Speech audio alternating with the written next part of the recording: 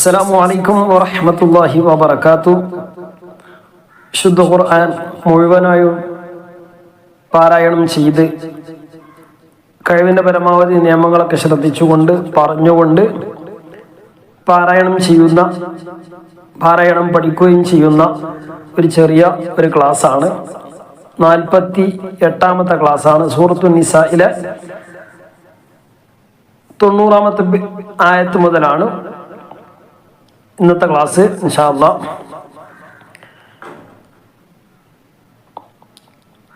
أعوذ بالله من الشيطان الرجيم. بسم الله الرحمن الرحيم.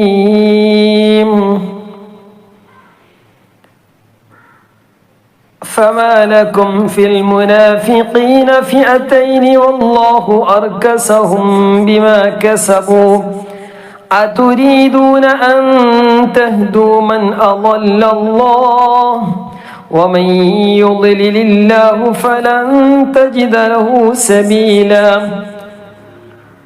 ودوا لو تكفرون كما كفروا فتكونون سواء فلا تتخذوا منهم أولياء حتى يهاجروا في سبيل الله فإن تولوا فخذوهم واقتلوهم حيث وجدتموهم ولا تتخذوا منهم وليا ولا نصيرا إلا الذين يصلون إلى قوم بينكم وبينهم ميثاق.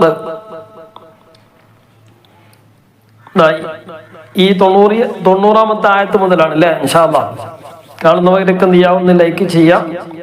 ഇൻഷാ അല്ലാഹ് ക്ലാസ് നല്ലോണം ശ്രദ്ധിച്ചുകൊണ്ട് മനസ്സിലാക്കുക.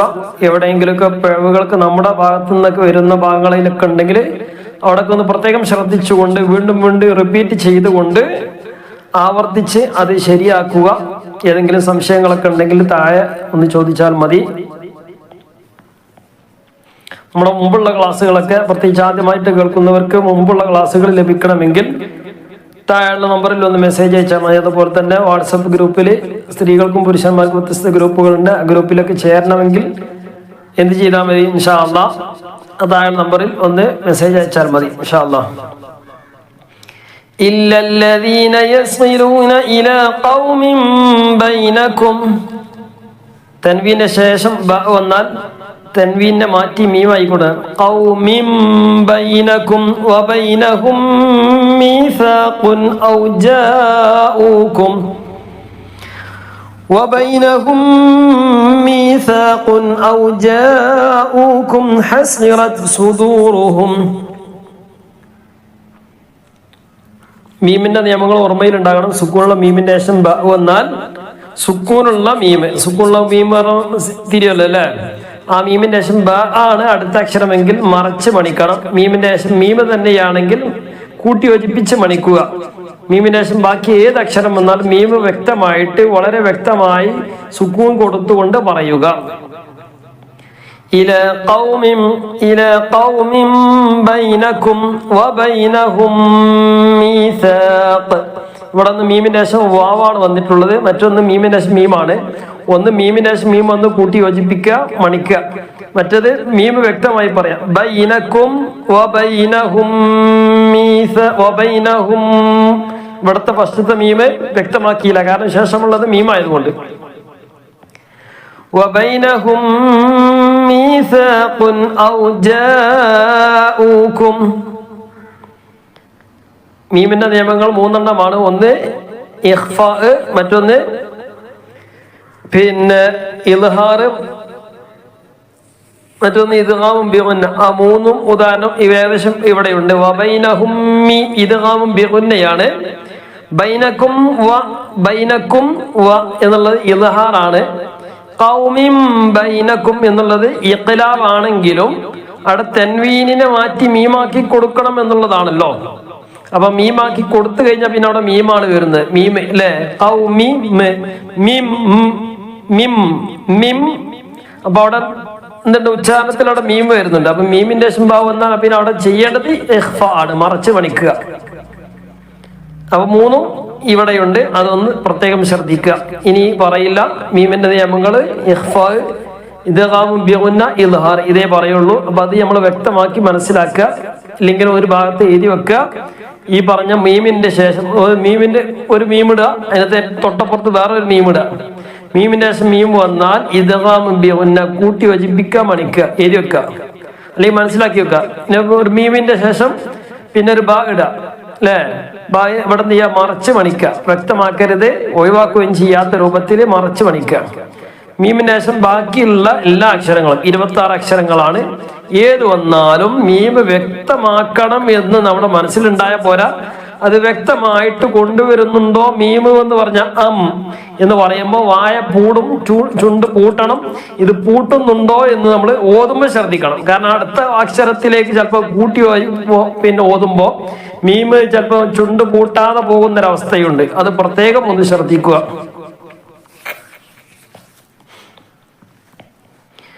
إلا الذين يصلون إلى قوم بينكم وبينهم ميثاق أو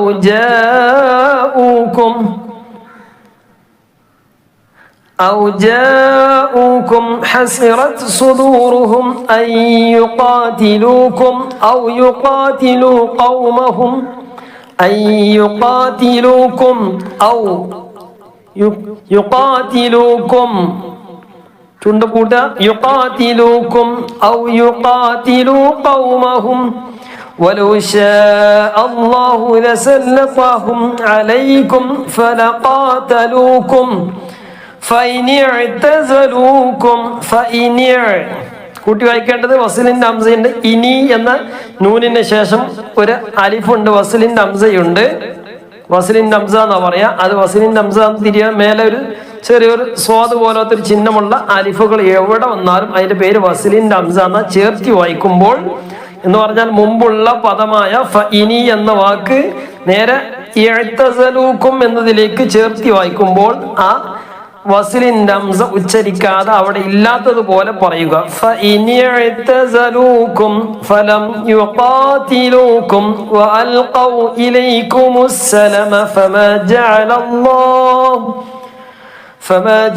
الله لكم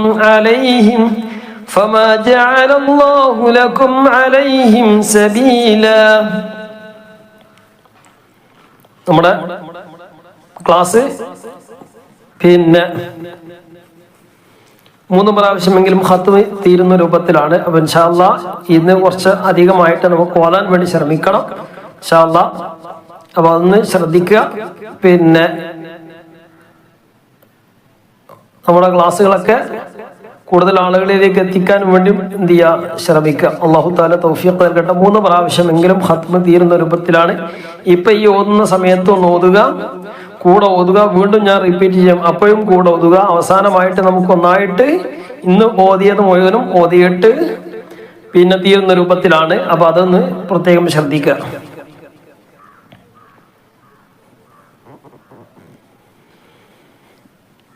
إلا الذين يصلون إلى قوم بينكم وبينهم ميثاق أو جاءوكم حسرت صدورهم أن يقاتلوكم أو يقاتلوا قومهم ولو شاء الله لسلطهم عليكم فلقاتلوكم فإن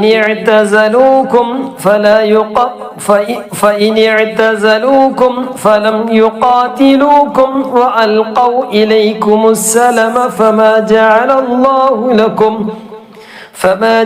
الله لكم عليهم سبيلا.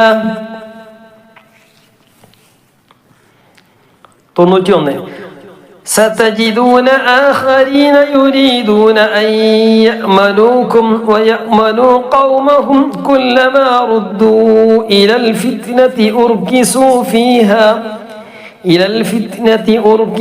فيها فإن لم يعتزلوكم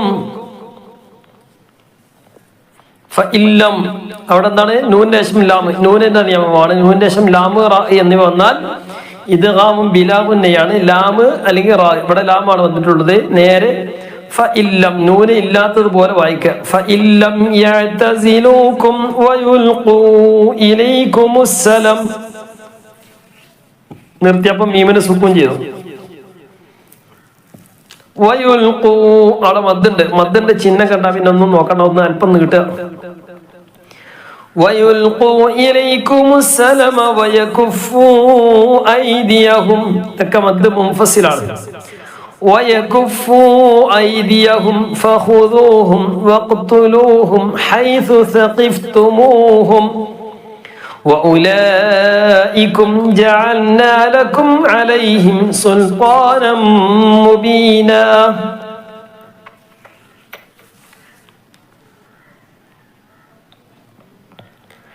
ستجدون آخرين يريدون أن يأمنوكم ويأمنوا قومهم كلما ردوا إلى الفتنة أركسوا فيها فإن لم يعتزلوكم ويلقوا إليكم السلم ويكفوا أيديهم فخذوهم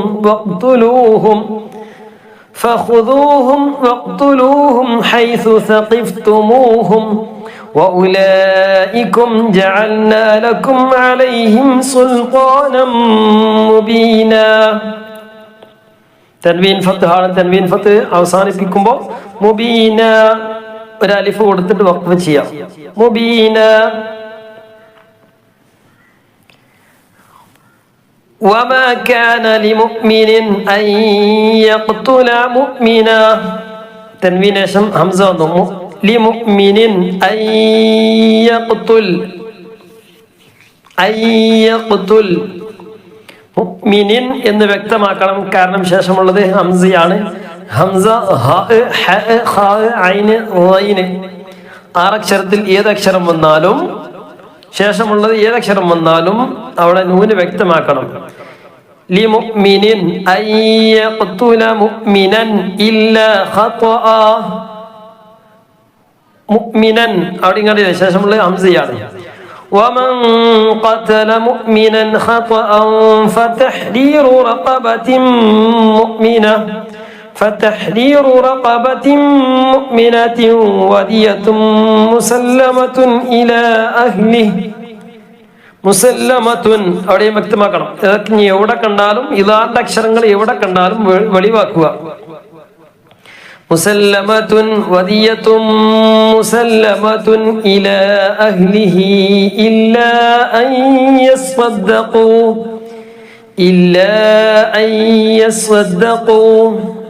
അവിടെയും ശേഷമുള്ള അയ്യ ഇദ്ഗാം ബിഗുന്നയുടെ അക്ഷരം അതും ഓർമ്മയിലുണ്ടാകണം. നൗമി നൂന് വാവ് മീമി യാ. നമ്മളെ തുടക്കത്തിലുള്ള ക്ലാസ്സുകളൊക്കെ പ്രത്യേകം ആദ്യമായിട്ട് കേൾക്കുന്നവരൊക്കെ ശ്രദ്ധിക്കുക. ആ ക്ലാസ്സുകൾ വളരെ വിശദമായിട്ട് ക്ലാസ്സുകളിലൊക്കെ പറഞ്ഞിട്ടുണ്ട് ഇൻഷാ അല്ലാഹ്. അപ്പൊ ആദ്യമായിട്ട് ഏത് ക്ലാസ് ആണെങ്കിലും ആദ്യമായിട്ട് കാണുന്നവരൊക്കെ ഉണ്ടാവുമല്ലോ, അതുകൊണ്ടാണ് വീണ്ടും വീണ്ടും പറയുന്നത്. അപ്പൊ തുടക്കത്തിലുള്ള ക്ലാസ്സുകൾ കേൾക്കുക. പിന്നെ അത് കിട്ടാൻ വേണ്ടി എന്ത് ചെയ്യുക, ഒന്നെങ്കിൽ നമ്മൾ ചാനൽ പരിശോധിക്കുക. അറിയാത്ത ആളുകളുണ്ടെങ്കിൽ നമ്മുടെ നമ്പറും മെസ്സേജ് അയച്ചാൽ അതിന്റെ ലിങ്കുകളൊക്കെ നിങ്ങൾക്ക് അയച്ചു തരുന്നതായിരിക്കും. അതുപോലെ തന്നെ നമ്മുടെ പിന്നെ താഴെ ഒരു ജോയിൻ ബട്ടൺ ഉണ്ടാവും. ആവശ്യമുള്ളവർ താല്പര്യമുള്ളവർ എന്ത് ചെയ്യാം, പ്രത്യേകിച്ച് കുട്ടികൾക്ക് രക്ഷിതാക്കൾക്കൊക്കെ പറഞ്ഞു കൊടുക്കാൻ പറ്റിയ രൂപത്തിലുള്ള ക്ലാസ്സുകളൊക്കെ പിന്നെ ആ ലിങ്കിൽ വരുന്നതായിരിക്കും. അവർ താല്പര്യമുള്ളവർ ജോയിൻ ചെയ്യുക. നമ്മുടെ ഖത്മുൽ ഖുർആൻ ക്ലാസ് തുടർന്നുകൊണ്ടേയിരിക്കും. അതൊക്കെ എല്ലാവരും ശ്രദ്ധിക്കുക. വദിയത്തും മുസല്ലമത്തുൻ ഇലാ അഹ്ലിഹി ഇല്ലാ അൻ യസ്വദ്ദഖൂ. സ്വാദ് ദാല് രണ്ടിലും പിന്നെ ശബ്ദുണ്ട്, അത് പ്രത്യേകം ശ്രദ്ധിക്കുക. فإن كان من قوم عدو لكم وهو مؤمن. അദുവില്ല എന്ന് പറയുന്നത് അദുവില്ല. കാരണം തൻവീന്റെ ശേഷം ലാമു വന്നു. ഇദ്ഗാം ബിലാവുന്നെയാണ്. فإن كان من قوم عدو لكم وهو مؤمن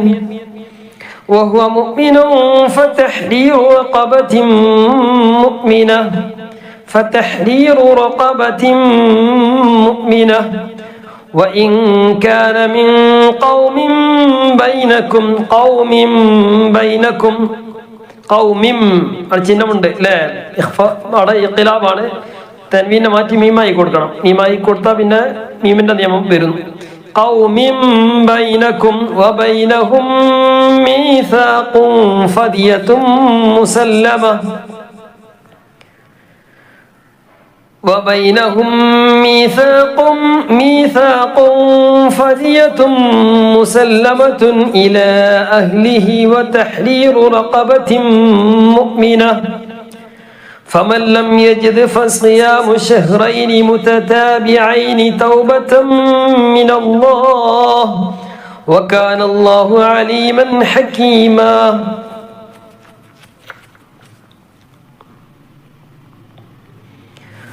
وما كان لمؤمن أن يقتل مؤمنا إلا خطأ ومن قتل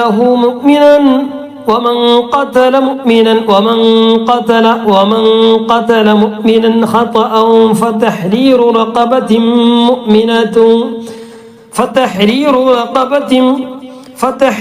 رقبة مؤمنة ودية مسلمة إلى أهله إلا أن يصدقوا فإن كان من قوم عدو لكم وهو مؤمن فتحرير رقبة مؤمنة وإن كان من قوم بينكم وبينهم ميثاق فدية مسلمة إلى أهله وتحرير رقبة مؤمنة فمن لم يجد فصيام شهرين متتابعين توبة من الله وكان الله عليما حكيما. 93 ومن يقتل مؤمنا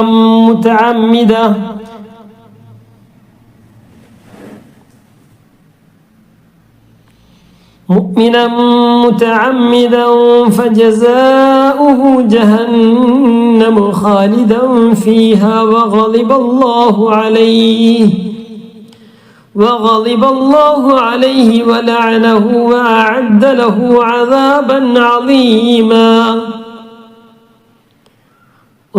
ومن يقتل مؤمنا متعمدا فجزاؤه جهنم خالدا فيها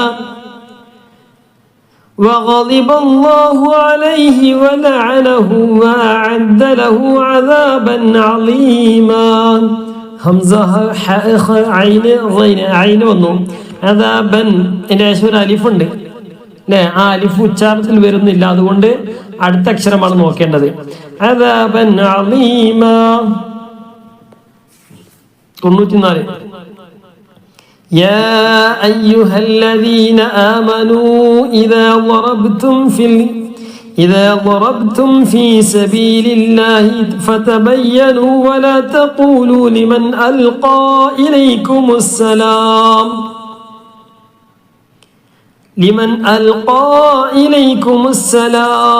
നിർത്തി. മീമിന് സുക്കൂന് തൊട്ട് മുമ്പ് ഒരു ചെറിയ ഒരു അലിഫുണ്ട്, നീട്ടാനുള്ള അക്ഷരമാണ്. നീട്ടാനുള്ള അക്ഷരം തൊട്ട് മുമ്പ് വരികയും ചെയ്യുമ്പോൾ മദ്ദ് ആരിൽ വരുന്നതാണ്. ലിമൻ അൽഖാ ഇലൈക്കുമുസ്സലാം നിർത്തുന്നില്ല എങ്കിൽ ലിമൻ അൽഖാ ഇലൈക്കുമുസ്സലാം ലസ്ത മുഅ്മിനൻ തബ്തഗൂന അറദൽ ഹയാത്തിദ് ദുനിയാ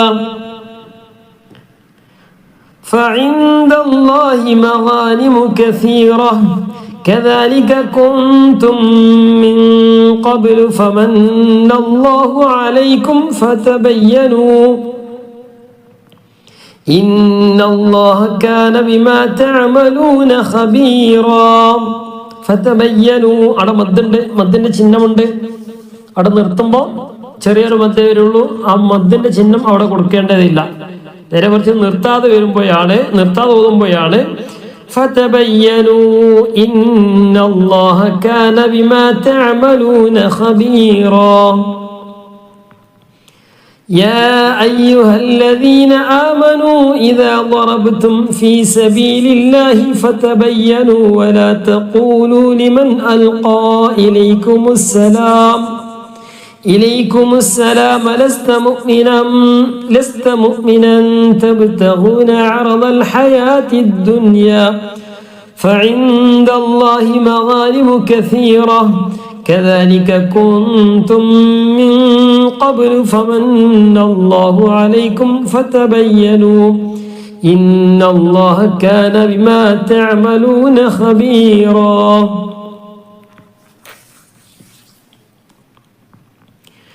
لا يستوي القاعدون من المؤمنين غير أولي الضرر والمجاهدون في سبيل الله بأموالهم وأنفسهم فضل الله المجاهدين بأموالهم വ്യക്തമാക്കണം. ശേഷമുള്ള വാവാണ്, പ്രത്യേകം ശ്രദ്ധിക്കണം. മീമിനേഷൻ ഭാഗ അല്ലാത്ത ബാക്കിയത് വന്നാലും ഇദ്ഹാർ ചെയ്യണം. بأموالهم وأنفسهم على القاعدين درجة എന്നാണുള്ളത്. ഹത്തായതുകൊണ്ട് ദറജ. ഹത്തായി എങ്ങനെ വന്നാലും അവസാനമാണെങ്കിൽ ദറജ. وكلا وعد الله الحسنى وفضل الله المجاهدين على القاعدين أجرا عظيما. لا يستوي القاعدون من المؤمنين غير أولي എന്ന് വായിക്കരുത്. വാവിന് മേലെ ഒരു സുക്കൂൻ അല്ല, അത് സുക്കൂൻ പോലത്തെ ഒരു ചിഹ്നമാണ്. ആ ചിഹ്നമുള്ള വാവ്, ആ ചിഹ്നമുള്ള അക്ഷരങ്ങളൊന്നും അരിഫിന്റെ മുകളിലൊക്കെ വരും, അതൊന്നും ഉച്ചരിക്കുകയില്ല. غير أولي الضرر والمجاهدون في سبيل الله بأموالهم وأنفسهم فضل الله المجاهدين بأموالهم وأنفسهم على القاعدين درجة وكلا وعد الله الحسنى وفضل الله المجاهدين على القائدين أجرا عظيما.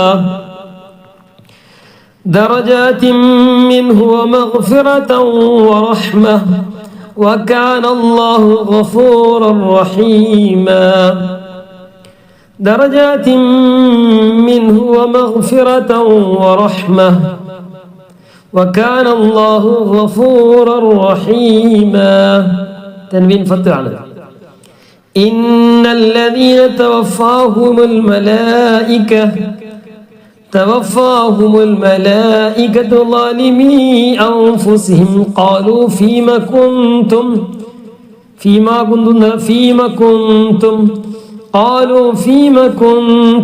قالوا كنا مستضعفين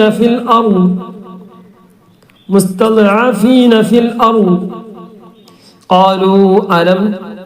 قالوا ألم تكن أرض الله واسعة فتهاجروا فيها فأولئك مأواهم جهنم وساءت مصيرا. فأولئك مأواهم جهنم وساءت مصيرا.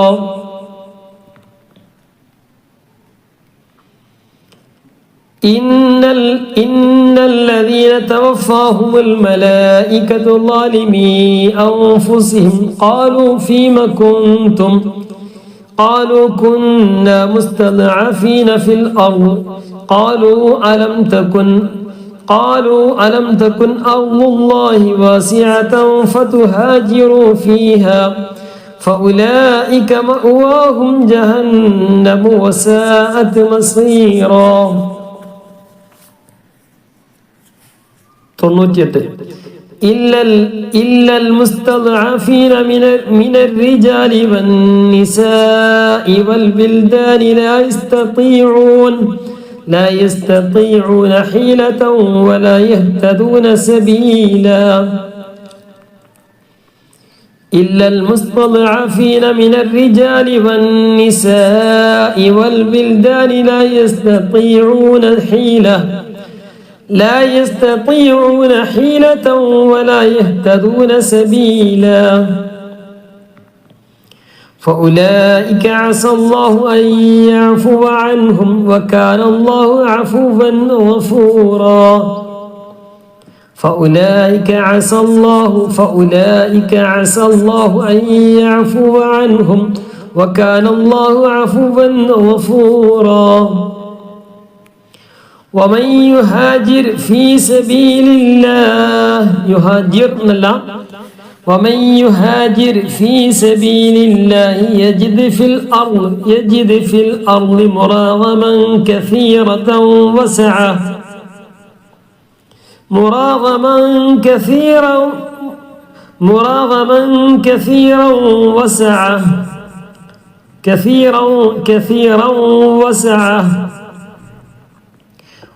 ومن يهاجر في سبيل الله يجد في الأرض مراغما كثيرا وسعة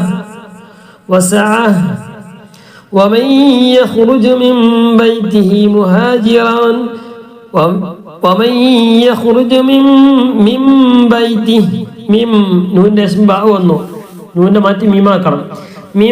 بيته مهاجرا إلى الله ورسوله ثم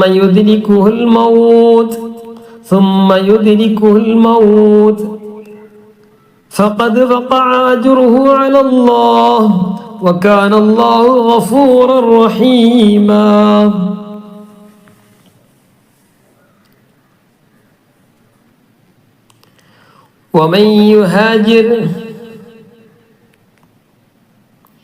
ومن يهاجر في سبيل الله يجد في الأرض مراغما كثيرا وسعة ومن يخرج من بيته مهاجرا إلى الله ورسوله ثم يدركه الموت فقد وقع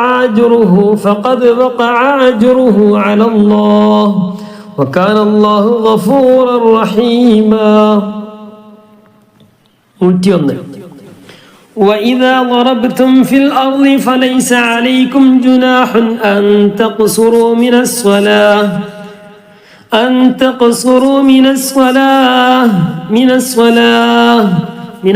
എന്നുള്ളത് നിർത്തുമ്പോൾ താ മാറി ഹ ആയിട്ട് മാറും, അതും സുക്കൂൻ ആയിട്ട് മാറും. من الصلاة أن تقصروا من الصلاة إن خفتم أن يفتنكم الذين كفروا إن الكافرين كانوا لكم عدوا مبينا وإذا كنت فيهم فأقمت لهم الصلاة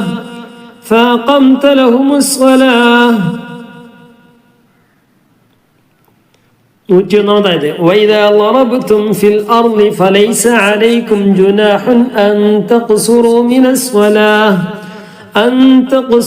من الصلاة إن خفتم أن يفتنكم الذين كفروا إن الكافرين كانوا لكم عدوا مبينا وإذا كنت فيهم فأقمت لهم الصلاة فلتقم طائفة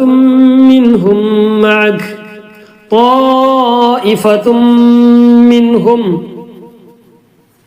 അപ്പോൾ പിന്നെ ആ മീമ് വരും, മീമിന് സുക്കൂൻ കൊടുത്തിട്ട് നിർത്തണം. മിൻഹും മദ്ദക്ഷരത്തിന് ശേഷം നീട്ടാനുള്ള അക്ഷരത്തിന് ശേഷം നീട്ടാൻ ഉപയോഗിക്കുന്ന അക്ഷരത്തിന് ശേഷം അതേ വാക്കിലാണ് ഹംസ എന്നുള്ളത് ഈ എന്ന് വന്ന് അല്ലെ, അത് ഹംസയാണ്. അതേ വാക്കിലാണെങ്കിൽ മദ് മുത്തസിലാണ്. അതിനുശേഷം തൻവീന മീം വന്നു, ഇദ്ഗാം ബിഗുന്നയാണ്. فلتقم طائفة منهم معك وليأخذوا أسلحتهم فإذا سجدوا فليكونوا من ورائكم ولتأت طائفة أخرى لم يصلوا فليصلوا معك وليأخذوا حذرهم وأسلحتهم ود الذين كفروا لو تغفلون عن أسلحتكم وأمتعتكم فيميلون عليكم ميلة واحدة ولا جناح عليكم إن كان بكم أذى من مطر أو كنتم مرضى أن تضعوا أسلحتكم വടക്കന്തിയ നിയമങ്ങളൊക്കെ പ്രത്യേകം ശ്രദ്ധിക്കുക. ഇൻ കാന ബിക്കും അദമ്മി തൻവീൻ അസ്മി വന്നു മിമ്മതറിൻ അവിടെ വെളിവാക്കണം. വിശേഷം നമ്മൾ ഹംസയാണ്. മിമ്മതറിൻ ഔ കുൻതും മർളാ أو كنتم مرضى أن تضعوا أسلحتكم وخذوا حذركم إن الله أعد للكافرين عذابا مهينا. وإذا كنت فيهم فأقمت لهم الصلاة فلتقم طائفة منهم معك وليأخذوا أسلحتهم فإذا سجدوا فليكونوا من ورائكم ولتأت طائفة أخرى لم يصلوا فليصلوا معك وليأخذوا حذرهم وأسلحتهم ود الذين كفروا لو تغفلون عن أسلحتكم وأمتعتكم فيميلون عليكم ميلة واحدة. ولا جناح عليكم إن كان بكم أذى من مطر أو كنتم مرضى أن تضعوا أسلحتكم وخذوا حذركم إن الله أعد للكافرين عذابا مهينا. 103 فإذا قضيتم الصلاة فاذكروا الله قياما وقعودا وعلى جنوبكم فإذا اطمأننتم فأقيموا الصلاة. എന്നതിന് ശേഷം സുക്കൂൻ വന്നാൽ പിന്നെ അവിടെ നീട്ടൽ ഉപയോഗിക്കൂല. അത് പറഞ്ഞു ശീലിക്കുക. മിക്കതും അത് ചിലപ്പോൾ അക്ഷരങ്ങൾ അങ്ങോട്ട് ഇങ്ങോട്ട് മാറാനൊക്കെ സാധ്യതയുണ്ട്. فإذا اطمأننتم فأقيموا الصلاة إن الصلاة كانت على المؤمنين كتابا موقوتا. فإذا قضيتم الصلاة فاذكروا الله قياما وقعودا وعلى جنوبكم فإذا اطمأننتم فأقيموا الصلاة إن الصلاة كانت على المؤمنين كتابا موقوتا. ولا تهنوا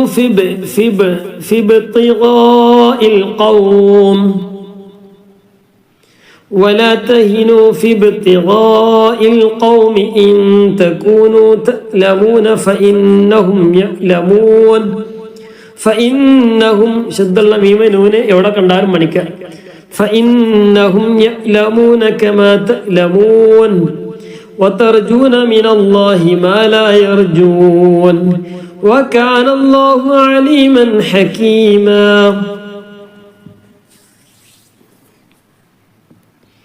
ولا تهنوا في ابتغاء القوم إن تكونوا تألمون فإنهم يألمون كما تألمون وترجون من الله ما لا يرجون وكان الله عليما حكيما. إنا منكا نردا ആദ്യം മണിക്കൽ വരണം. إنا أنزلنا إليك الكتاب بالحق لتحكم بين الناس بما أراك الله ولا تكن نون إسلام ونظام بأن كوتي وجبك منكر ولا تكن للخائنين خصيما. خصيما إنا أنزلنا إليك الكتاب بالحق لتحكم بين الناس بما أراك الله ولا تكن للخائنين خصيما واستغفر الله رأينا كسران واستغفر الله إن الله كان غفورا رحيما واستغفر الله إن الله كان غفورا رحيما واستغفر الله إن الله كان غفورا رحيما ولا تجادل عن الذين يختانون أنفسهم إن الله لا يحب من كان خوانا أثيما ولا تجادل عن الذين يختانون أنفسهم إن الله لا يحب من كان خوانا أثيما يستخفون من الناس ولا يستخفون من الله وهو معهم إذ يبيتون ما لا يرى الله من القول وكان الله بما يعملون محيطا ها أنتم هؤلاء جادلتم عنهم في الحياة الدنيا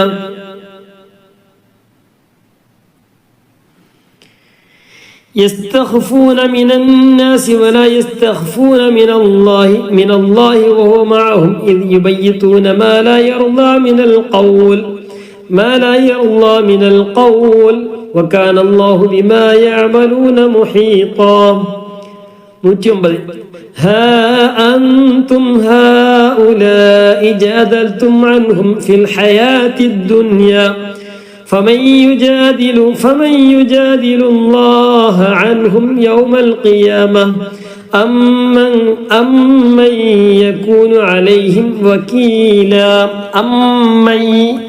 മീമിനെ മീം ഒന്ന് ഇദ്ഗാം ബിഗുന്ന കൂട്ടി യോജിപ്പിക്കുക. മീമിനെ മീം വന്നാൽ എന്ത് ചെയ്യണം? സുക്കൂണുള്ള മീമിനെ മീം വന്നാൽ കൂട്ടി യോജിപ്പിക്കുക. അവിടെ കൂട്ടി യോജിപ്പിക്കണം, നമ്മൾ ഉച്ചാരണത്തിൽ കൂട്ടി യോജിപ്പിക്കുക. أمن يكون عليهم وكيلا ها أنتم هؤلاء جادلتم عنهم في الحياة الدنيا فمن يجادل الله عنهم يوم القيامة أم من يكون عليهم وكيلا ومن يعمل سوءا أو يظلم نفسه ثم يستغفر الله يجد الله غفورا رحيما ومن يعمل نون واو ميم يا ومن يعمل سوءا മുത്തസിലാണ്. സൂ എന്നതിന് ശേഷം ഹംസ വന്ന അതേ വാക്കിലാണ്. സൂഅൻ ഔ യളിം നഫ്സഹു ثم يستغفر الله يجد الله غفورا رحيما 111 ومن يكسب إثما فإنما يكسبه على نفسه وكان الله عليما حكيما ومن يكسب إثما فإنما يكسبه على نفسه യക്സിബുഹു ഹു എന്ന് നീട്ടണം അല്ലേ? നീട്ടാനുള്ള കാരണങ്ങൾ എന്താണ്? തൊട്ട് മുമ്പുള്ള അക്ഷരം തൊട്ട് ശേഷമുള്ള അക്ഷരത്തിനോ സുക്കൂൻ ഉണ്ടാവുകയില്ല. രണ്ടാലും ഒരു സ്ഥലത്ത് സുക്കൂൻ ഉണ്ടെങ്കിൽ ഹു എന്നത് നീട്ടുകയില്ല. ഇവിടെ രണ്ട് സ്ഥലത്തും സുക്കൂൻ ഇല്ല. യക്സിബുഹു ഹു എന്നതിന് മുമ്പ് ഭൂ എന്നുള്ളതാണ്, ശേഷമുള്ള ഐനാണ് ആ എന്നുള്ളതാണ്. രണ്ട് സ്ഥലത്തും തൊട്ട് മുമ്പുള്ള അക്ഷരം അതിന്റെയും തൊട്ട് മുമ്പല്ല, നേരെ തൊട്ട് മുമ്പുള്ള അക്ഷരമായിരിക്കണം. തൊട്ട് മുമ്പുള്ള അക്ഷരത്തിന് സുക്കൂന് ഉണ്ടെങ്കിൽ നീട്ടുകയില്ല, സുക്കൂൻ ഇല്ലെങ്കിൽ നീട്ടും. അപ്പൊ ഇവിടെ സുക്കൂന് ഇല്ല, അപ്പൊ പിന്നെ അല്പം നീട്ടും. അല്പം നീട്ട സാധാരണ ഒരു ചെറിയ നീട്ടല്. فإنما يكسبه على نفسه وكان الله عليما حكيما ومن يكسب إثما فإنما يكسبه على نفسه وكان الله عليما حكيما ومن يكسب خطيئة أو إثما خطيئة ومن يكسب خطيئة أو إثما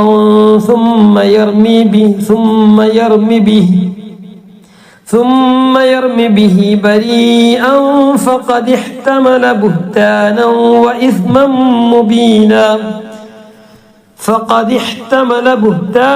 وإثما مبينا ومن يكسب خطيئة أو إثما ثم يرم به بريئا فقد احتمل بهتانا وإثما مبينا. 113 ولولا فضل الله عليك ورحمته لهمت طائفة منهم രണ്ടാമത്തെ അക്ഷരമാണ് പരിഗണിക്കുക. ഒന്നാമത്തെ അക്ഷരം ത ആണെങ്കിൽ മറ്റേ തോ ആണ് അല്ലേ. ഇപ്പൊ രണ്ടാമത്തെ അക്ഷരം തോ ആയതുകൊണ്ട് തോ ആണ് പരിഗണിക്കേണ്ടത്. ത ഒഴിവാക്കുക തായിനെ തോയിലേക്ക് കൊടുത്തതാണ്. لهمت طائفة منهم أن يضلوك وما يضلون إلا أنفسهم وما يضرونك من شيء وأنزل الله عليك الكتاب والحكمة وعلمك ما لم تكن تعلم وكان فضل الله عليك عظيما. ولولا فضل الله عليك ورحمته لهمت طائفة منهم أن يضلوك وما يضلون إلا أنفسهم وما يضرونك من شيء وأنزل الله عليك الكتاب والحكمة وعلمك ما لم تكن تعلم وكان فضل الله عليك عظيما. وعلمك ما لم تكن تعلم وكان فضل الله عليك عظيما.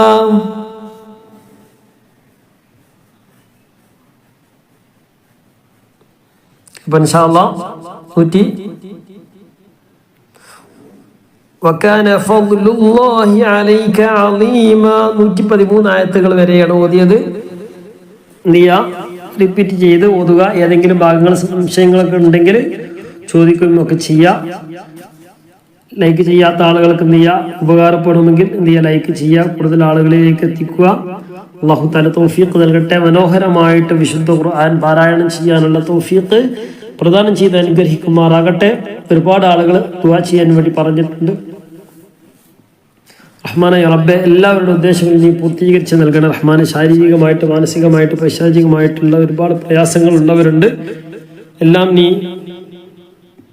എല്ലാ ഉദ്ദേശങ്ങളും നീ പൂർത്തീകരിച്ച് നൽകണം റഹ്മാൻ. ഞങ്ങളുമായി ബന്ധപ്പെട്ട എല്ലാവരുടെ പ്രയാസങ്ങളും നീ നീക്കി ഞങ്ങൾക്ക് എല്ലാവർക്കും നീ സന്തോഷം, സമാധാനം നൽകി അനുഗ്രഹിക്കണം റഹ്മാനെ. ഇസ്സത്ത് നൽകി അനുഗ്രഹിക്കണം, ഐശ്വര്യം നൽകി അനുഗ്രഹിക്കണം റഹ്മാനെ. റഹ്മാനായ റബ്ബെ, കടം കൊണ്ട് വരയുന്നവരുണ്ട് റഹ്മാനായ റബ്ബെ. വീടില്ലാത്തവരുണ്ട്, വീട് ജപ്തിയുടെ വക്കിലുള്ളവരുണ്ട് റഹ്മാനെ റബ്ബെ. അതിനൊക്കെ പരിഹാരം നീ കാണിച്ചു നൽകണേ അല്ലാഹ്. ഈ വിശുദ്ധ ഖുർആന്റെ ബറകത്ത് കൊണ്ട് നീ കാണിച്ചു നൽകണേ അല്ലാഹ്. നീ കാണിച്ചു നൽകണേ റഹ്മാനെ. റഹ്മാനെ റബ്ബെ, ജീവിക്കുന്ന കാലത്തോളം ഇസ്സത്തോടെ, റാഹത്തോടു കൂടെ, സന്തോഷത്തോടു കൂടെ, അഭിമാനത്തോടു കൂടി ജീവിക്കാനുള്ള തൗഫീഖ് നീ പ്രദാനം ചെയ്യണം റഹ്മാനെ. ഇബാദത്തിലായിക്കൊണ്ട് ജീവിക്കാനുള്ള തൗഫീഖ്, ആഫിയത്തും ദീർഘായുസ്സും സിഹത്തും ഖുവ്വത്തും ഞങ്ങൾക്ക് എല്ലാവർക്കും നീ പ്രദാനം ചെയ്യണം റഹ്മാനെ. ഒരുപാട് ആളുകൾ ദുആ ചെയ്യാൻ വേണ്ടി പറഞ്ഞിട്ടുണ്ട്. പ്രത്യേകിച്ച് മരണപ്പെട്ടു പോയ മാതാപിതാക്കൾക്ക് വേണ്ടി, അതുപോലെ തന്നെ മറ്റുള്ള നമ്മിൽ നിന്നൊക്കെ മരണപ്പെട്ടു പോയ ആളുകൾക്ക് വേണ്ടി അല്ലാഹു തആല പിന്നെ മഗ്ഫിറത്തും റഹ്മത്തും നൽകി അനുഗ്രഹിക്കുമാറാകട്ടെ. എല്ലാവരുടെ ഖബറിടം അല്ലാഹു സ്വർഗീയ പൂന്തോപ്പാക്കി അനുഗ്രഹിക്കുമാറാകട്ടെ. നമ്മിൽ നിന്നൊക്കെ ഒരുപാട് ആളുകൾ മരണപ്പെട്ടു പോയിട്ടുണ്ട്. അല്ലാഹു തആല അവരുടെ ഖബറിടം സ്വർഗീയ പൂന്തോപ്പാക്കി അനുഗ്രഹിക്കുമാറാകട്ടെ. ഖബറിനെ അല്ലാഹു തആല വിശാലമാക്കി കൊടുത്ത് എല്ലാവിധ പാപങ്ങളും കരിച്ചു കളഞ്ഞ്, നമ്മുടെയും അവരുടെയൊക്കെ ദോഷങ്ങളൊക്കെ കരിച്ചു കളഞ്ഞ് ഞങ്ങൾക്ക് എല്ലാവർക്കും നീ സന്തോഷം നൽകണം റഹ്മാനെ.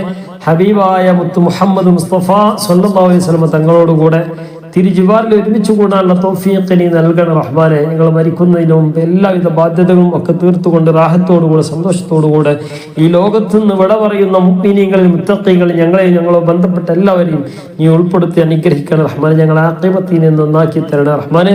ലാ ഇലാഹ ഇല്ലല്ലാഹ് എന്ന കലിമത്തുൽ തൗഹീദ് ചൊല്ലിച്ചുകൊണ്ട് മരണപ്പെടാനുള്ള തൗഫീഖ് നീ നൽകണം റഹ്മാനെ. നീ തൗഫീഖ് നൽകണം റഹ്മാനെ. നീ തൗഫീഖ് നൽകണം റഹ്മാനെ. ഈ തൗഫീഖ് പ്രദാനം ചെയ്യുന്ന റഹ്മാനെ. ഹബീബായ റസൂലുള്ളാഹി സ്വല്ലല്ലാഹു അലൈഹി വസല്ലം തങ്ങളുടെ ചാരത്തൊന്ന് പോയിട്ട് സിയാറത്ത് ചെയ്യാനും അസ്സലാത്തു വസ്സലാമു അലൈക യാ സയ്യിദി യാ ഹബീബി യാ റസൂലല്ലാഹ് എന്ന സ്വലാത്തും സലാമും ധാരാളം പ്രാവശ്യം പറയാൻ മഖബൂലും മബ്റൂറുമായ ഹജ്ജും ഉംറയും നിർവഹിക്കാനൊക്കെ ഉള്ള തൗഫീഖ് റഹ്മാനെ റബ്ബേ. നിന്റെ ഒരുപാട് മഹത്തുക്കളൊക്കെ സിയാറത്തുകൾ മസാറുകൾ സന്ദർശിക്കാനൊക്കെ ഉള്ള തൗഫീഖ് നീ പ്രദാനം ചെയ്യുന്ന റഹ്മാനെ. നീ പ്രദാനം ചെയ്യുന്ന റഹ്മാനെ. നീ പ്രദാനം ചെയ്യുന്ന റഹ്മാനെ. ഞങ്ങളാക്കിയ മാതാപിതാക്കൾ ജീവിച്ചിരിക്കുന്നവർക്ക് എല്ലാവർക്കും നീ ആഫിയത്തുള്ള ദീർഘായുസ് നീ പ്രദാനം ചെയ്യുന്ന റഹ്മാനെ.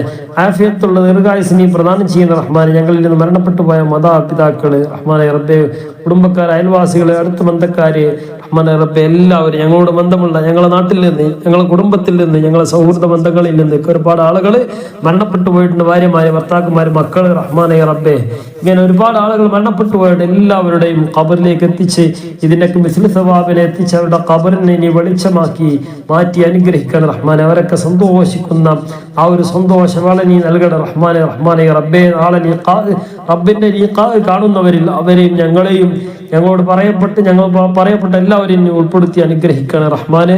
ആമീൻ ബി റഹ്മതിക യാ അർഹമർ റഹീമീൻ. അതുപോലെ തന്നെ ഒരു സഹോദരി മകന്റെ അസുഖം മാറാൻ വേണ്ടി, പ്രത്യേകിച്ച് വെള്ളപ്പോണ്ട പോലത്തെ ഒരു അസുഖമാണെന്ന് പറഞ്ഞു, ആ രോഗം ശിഫയാകാൻ വേണ്ടി പ്രത്യേകം ദുആ ചെയ്യാൻ വേണ്ടി പറഞ്ഞിട്ടുണ്ട്. എല്ലാവരുടെയും രോഗങ്ങളെ, ആ കുട്ടിയുടെയും എല്ലാവിധ രോഗങ്ങളും പരിപൂർണമായിട്ടും ശിഫ നൽകി നമ്മുടെ ശരീരത്തിൽ ഒലിഞ്ഞു കിടക്കുന്ന എല്ലാവിധ മാറാവിധ രോഗത്തു തൊട്ടും ആ കുട്ടിയെയും നമ്മയൊക്കെ സംരക്ഷണം നൽകി അനുഗ്രഹിക്കുമാറാകട്ടെ.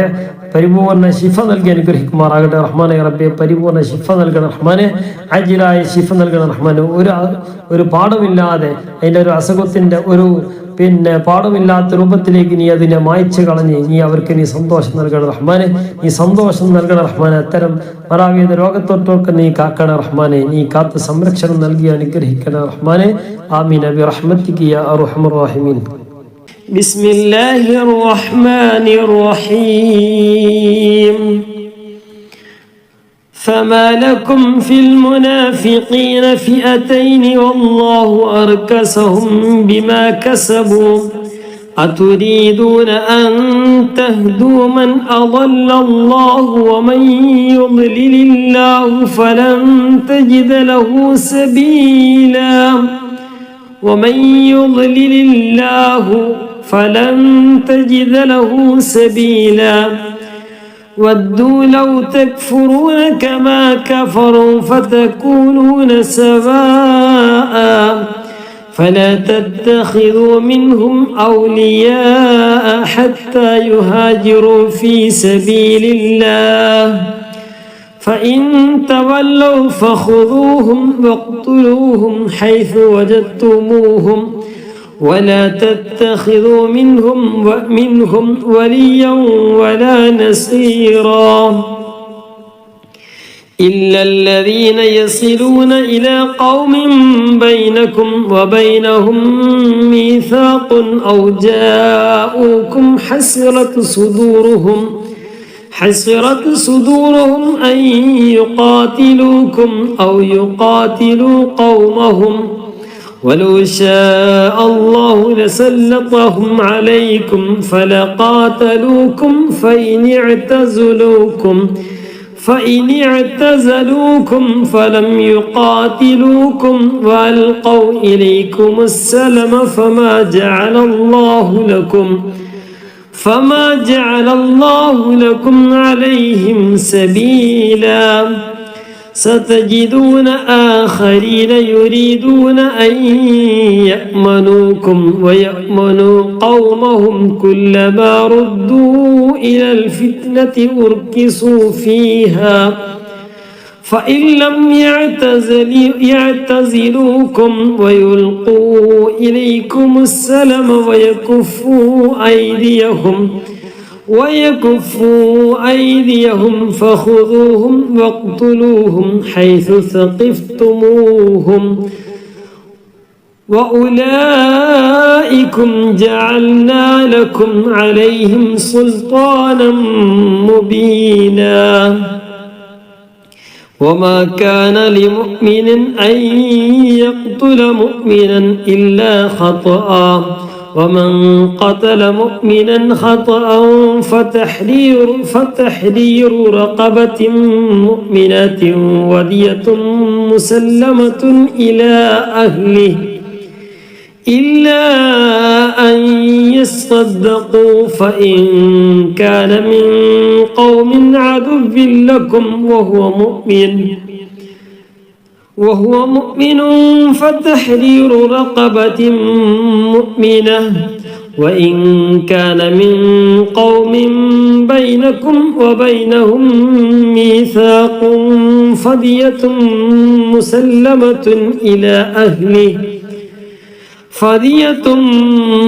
مسلمة إلى أهله وتحرير رقبة مؤمنة فمن لم يجد فصيام شهرين متتابعين توبة من الله وكان الله عليما حكيما ومن يقتل مؤمنا متعمدا فجزاؤه جهنم خالدا فيها وغضب الله عليه ولعنه وأعد له عذابا عظيما يا أيها الذين آمنوا إذا ضربتم في سبيل الله فتبينوا ولا تقولوا لمن ألقى إليكم السلام لست مؤمنا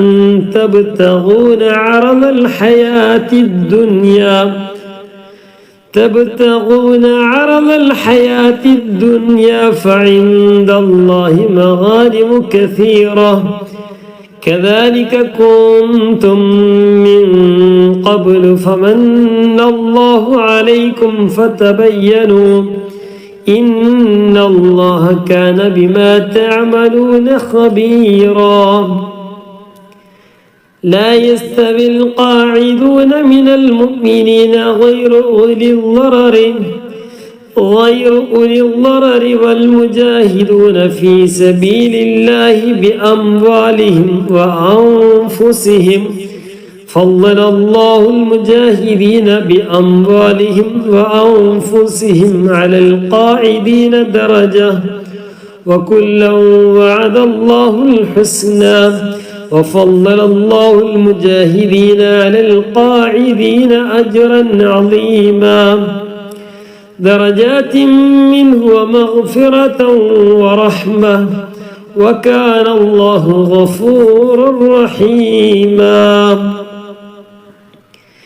إن الذين توفاهم الملائكة ظالمي أنفسهم قالوا فيم كنتم قالوا كنا مستضعفين في الأرض قالوا ألم تكن أرض الله واسعة فتهاجروا فيها فأولئك مأواهم جهنم وساءت مصيرا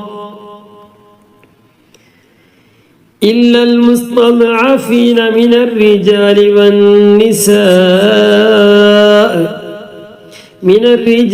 والنساء والبلدان لا يستطيعون حيلة ولا يهتدون سبيلا فأولئك عسى الله أن يعفو عنهم وكان الله عفوا غفورا ومن يهاجر في سبيل الله يجد في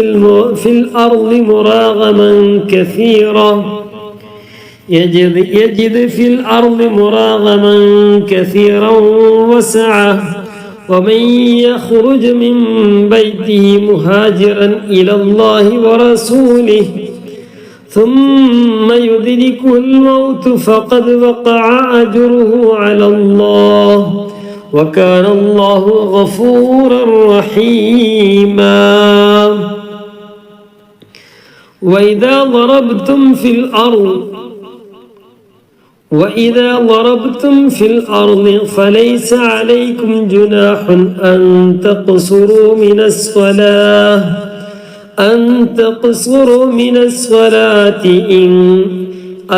تقصروا من الصلاة إن خفتم أن يفتنكم الذين كفروا إن الكافرين كانوا لكم عدوا مبينا وإذا كنت فيهم فأقمت لهم الصلاة فلتقم طائفة منهم معك وليأخذوا أسلحتهم فإذا سجدوا فليكونوا من ورائكم ولتأت طائفة أخرى لم يصلوا فليصلوا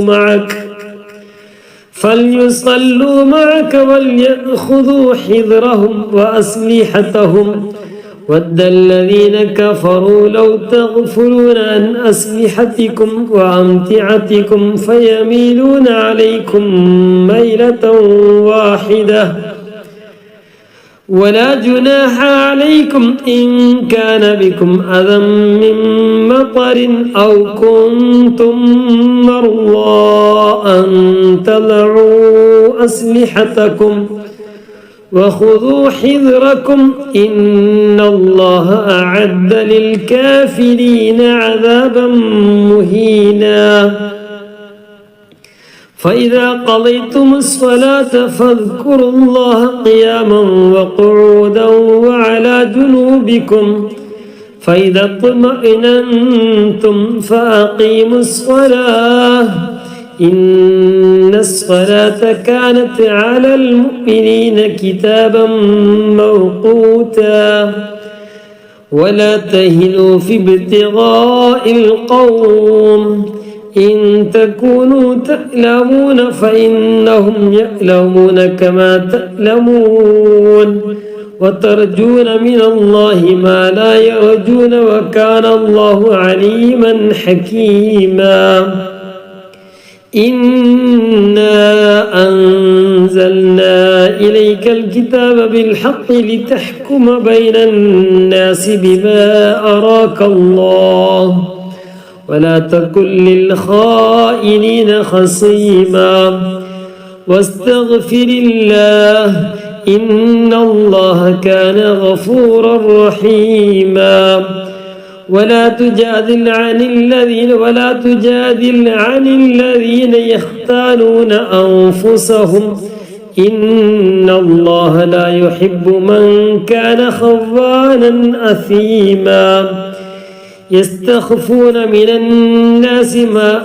يستخفون من الناس ولا يستخفون من الله وهو معهم إذ يبيتون ما لا يرضى من القول وكان الله بما يعملون محيطا ها أنتم هؤلاء جادلتم عنهم في الحياة الدنيا فمن يجادل الله عنهم يوم القيامة أم من يكون عليهم وكيلا ومن يعمل سوءا أو يظلم نفسه ثم يستغفر الله يجد الله غفورا رحيما ومن يكسب إثما فإنما يكسبه على نفسه وكان الله عليما حكيما ومن يكسب خطيئة أو إثما ثم يرم به بريئا فقد احتمل بهتانا وإثما مبينا ولولا فضل الله عليك ورحمته لهمت طائفة منهم أن يضلوك وما يضلون إلا أنفسهم وما يضرونك من شيء وأنزل الله عليك الكتاب والحكمة وعلمك ما لم تكن تعلم وكان فضل الله عليك عظيما. صدق الله العلي العظيم.